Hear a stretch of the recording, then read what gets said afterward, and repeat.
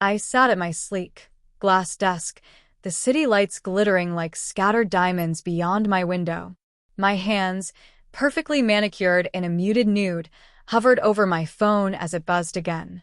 Another message from him. My pulse quickened for just a second, before pride and disbelief settled over me like a well-fitted coat. It had been years, yet here he was reaching out, demanding what he never wanted to give me properly, a life together, a commitment he refused to honor. I adjusted my silk blouse, the soft fabric sliding against my skin, a small comfort against the rush of memories. I had built this life from the fragments he left behind, the heartbreak, the betrayal, the sting of being used. Now, from this corner office overlooking the skyline, I was untouchable, but the ghost of his intentions gnawed at me. The message read, "We need to talk.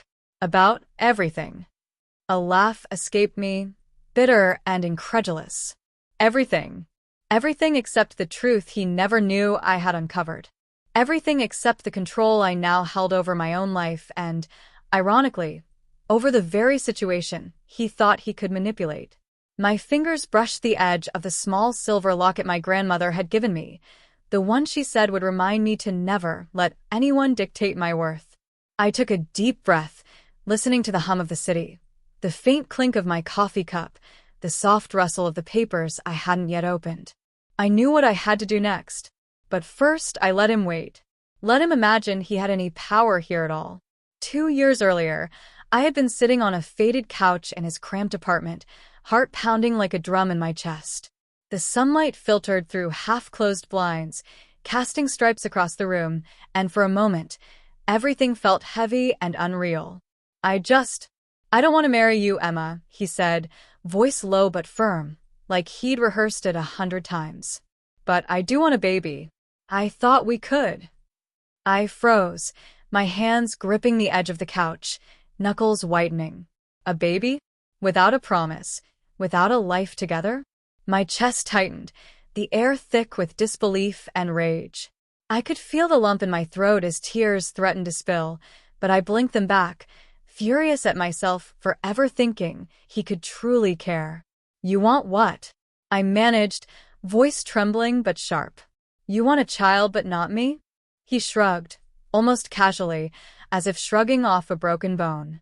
"It's not about marriage. It's practical. You'd understand if you weren't so emotional." The word cut deeper than I expected. Emotional. As if feeling and loving made me weaker. I remember staring at the small, silver locket around my neck, the one my grandmother had pressed into my hand weeks before, whispering, "Never let anyone take your future from you, Emma. You are stronger than you know." That night, I sat alone in my tiny apartment, the city humming outside my window, wondering how someone I had trusted so completely could be so selfish. I touched the locket again, and something inside me shifted, a quiet, burning resolve. I wasn't going to be the woman who gave everything for a man who wouldn't even commit to her. By morning, I had packed a small bag, left a note, and walked away. No tears, no begging, no explanation. Just a step toward independence, toward reclaiming my own life. I didn't yet know how I would do it, or what the future held, but I knew one thing. I would never let anyone use me as a tool for their selfish desires again. That day, I began to build a life on my own terms, one that no one could control or manipulate. I didn't know exactly where I was going when I left him, but I knew I had to go somewhere, anywhere that didn't involve waiting for someone else's approval. The first months were the hardest. I worked long hours at a small marketing firm, barely scraping by, the fluorescent lights above me making the office feel both endless and confining. My hands were raw from late nights typing proposals and poring over spreadsheets, but I clung to that silver locket my grandmother had given me, feeling its weight against my chest whenever self-doubt crept in. It was there, in those quiet, exhausting nights, that I met Mrs. Delaney, a seasoned business consultant who recognized something in me she said was rare: grit, vision, and an unwillingness to settle. She took me under her wing, teaching me not just strategies but how to think bigger, to see opportunities where others saw walls. "Emma," she said one evening, handing me a notebook filled with her scribbled notes, Success doesn't always announce itself. Sometimes you build it quietly until one day, everyone is too late to stop you. Her words became my mantra. I threw myself into every project with relentless focus. There were moments when exhaustion and loneliness gnawed at me, nights when I'd stare at the city skyline from my tiny apartment balcony, questioning if all this struggle was worth it. But then I'd remember his face, the casual cruelty of his, "I just want a baby," and the fire inside me would flare. I started my own consulting side project, landing my first paying client through a connection Mrs. Delaney had made. The thrill of that first success, the sense that I was capable of creating something on my own, was intoxicating. Soon, the clients grew, referrals followed, and my confidence soared. Late nights became my ally, self-doubt a companion I refused to indulge. Despite my growing success, I kept it hidden. Family and old friends saw only small hints, a modest Instagram post here, a careful smile in a group chat there. No one suspected the empire I was quietly building, an empire that, someday, would allow me to face my past on my own terms. I learned the delicate art of balance: work hard, stay invisible, and never give anyone the satisfaction of knowing how far I had come. By the time my business became profitable, by the time I signed my first big contract and saw the numbers soar, I realized something profound. I didn't need anyone's approval. Not him, not my family, not society. I had everything I needed within myself. And soon, the moment would come when the truth would have to be seen, undeniable and unapologetic. The invitation was casual, almost careless, a brunch with a few old friends and family at a high-end rooftop restaurant. They expected the same Emma they had always known, quiet, polite, struggling behind the scenes. What they didn't know is that the quiet had been a mask for years of careful planning, late nights, and strategic victories. I arrived first, letting the city breeze tousle my hair as I entered the private dining area. The space was elegant but understated. Hand-selected art on the walls, fresh orchids on the tables, and sunlight reflecting off the polished marble floors. My heels clicked softly, a metronome of confidence, as I claimed a seat near the edge, giving myself the perfect vantage point. One by one, they arrived, faces familiar but tinged with expectation, some curiosity, some mild pity. And then he walked in. That same smug expression he had worn when he thought he could manipulate me, the same arrogance.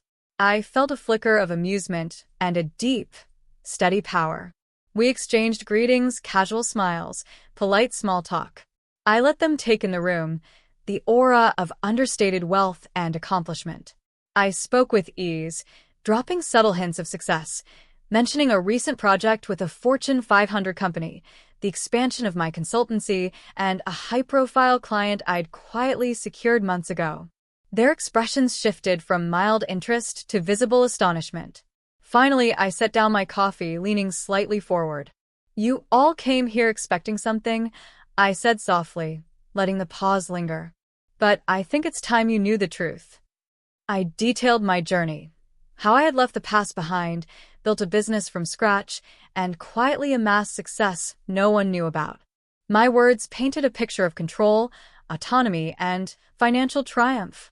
I revealed my net worth, my ownership stake, my independence. All facts they could not deny. The room went silent. He looked as if someone had turned his world upside down. His confident smirk faltered, replaced by disbelief.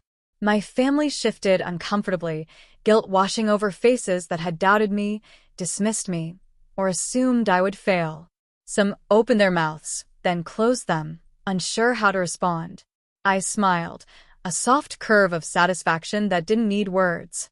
I let them absorb the reality. I was no longer the Emma they remembered. I was not vulnerable, not dependent, and certainly not manipulable. I had turned heartbreak and betrayal into the scaffolding of my own empire, and now, at last, they could see it all. The quiet power I had built in plain sight, just beyond their expectations. For the first time, the room wasn't just quiet, it was heavy with the weight of realization. Everyone present understood, without me saying a word, that I now held the power. And for once, it wasn't about revenge, it was about choice. I took a slow breath, letting my gaze sweep the table. I built everything I have alone. I began, voice calm but firm. I made mistakes, yes, but I also refused to be used, ignored, or dismissed. And now, I have a question for all of you. If you want to be part of my life, it comes on my terms. There were raised eyebrows, subtle gasps, but I continued. He, my ex, wanted a child without commitment. I will not allow anyone to manipulate or take advantage of me. If you wish to be in my life, you must respect boundaries, honesty, and accountability. I set out conditions for each person. For him, he must acknowledge his selfishness, commit to personal growth, and seek therapy before any contact. No shortcuts, no empty promises. For my family, they must engage in open communication, stop undermining choices I make, and actively support each other's growth. No criticism disguised as concern. For friends, respect my autonomy and celebrate my successes without envy or judgment. I let the words hang in the air. Some were visibly shaken. Some smiled faintly, as if relief had begun to creep in. I didn't soften my stance, but I didn't need to. Compassion and firmness coexisted in my tone, showing that empowerment doesn't require cruelty, and strength doesn't mean shutting people out entirely. I care about you, I added softly, touching the silver locket at my collarbone. But I care about myself more. That's why these conditions exist, not to punish, but to protect growth. If you can meet them, you're welcome in my life. If not, you won't be. Silence followed, but this time it felt different. It wasn't the stunned disbelief of the reveal. It was a contemplative, almost reverent pause. My presence had shifted the balance. I wasn't the girl who had left years ago, timid and hurt. I was the woman who had reclaimed her story, rewritten it, and now guided the lives of those around her toward accountability and respect. And as I looked at each person, watching their reactions, I felt a sense of peace. Power wasn't about domination. It was about choice, clarity, and ensuring the past's mistakes wouldn't repeat themselves. For the first time in my life, I was entirely in control of my life, my heart, and my future. Weeks passed after the confrontation, and slowly, change began to ripple through the people in my life. My ex sought therapy, humbled and reflective, finally understanding the selfishness he had carried for so long. My family, once dismissive, began to communicate with honesty, supporting one another rather than undermining. Even old friends, once jealous or envious, now celebrated achievements without hesitation. And me? I finally allowed myself to sit in the quiet moments, unburdened by the weight of proving anything to anyone. I returned to my office, running my fingers over the polished mahogany desk that had become a symbol of my independence. I sipped my coffee, inhaling its rich warmth, and for the first time, I felt the satisfaction of true self-respect, not hollow, not performative, but grounded in years of struggle, resilience, and triumph. The silver locket my grandmother had given me rested against my chest, a reminder of the wisdom she had imparted long ago. "Never let anyone take your future from you," she had said. I smiled softly, feeling the echo of her voice in the rhythm of my own heartbeat. That advice, once a fragile whisper, had guided every step I had taken, every decision I had made. I reflected on the journey, the heartbreak, the rejection, the nights of doubt, and the small victories that had paved the way for my freedom. I had transformed pain into power, betrayal into lessons, and fear into strategy. And in that transformation, I had discovered not only my capabilities, but the strength of grace, the ability to rise without bitterness, to set boundaries without cruelty, and to embrace independence without guilt. Looking out at the city skyline, I realized something profound. Life would always test me, but I now had the tools, the courage, and the wisdom to meet it on my terms. I was no longer defined by the past, nor by anyone who had doubted me. I was Emma, the woman who chose herself, built herself, and finally lived herself. And as I fastened the silver locket, I whispered to no one in particular, a quiet, unwavering affirmation that would carry me forward. I am my own life, my own love, and my own legacy.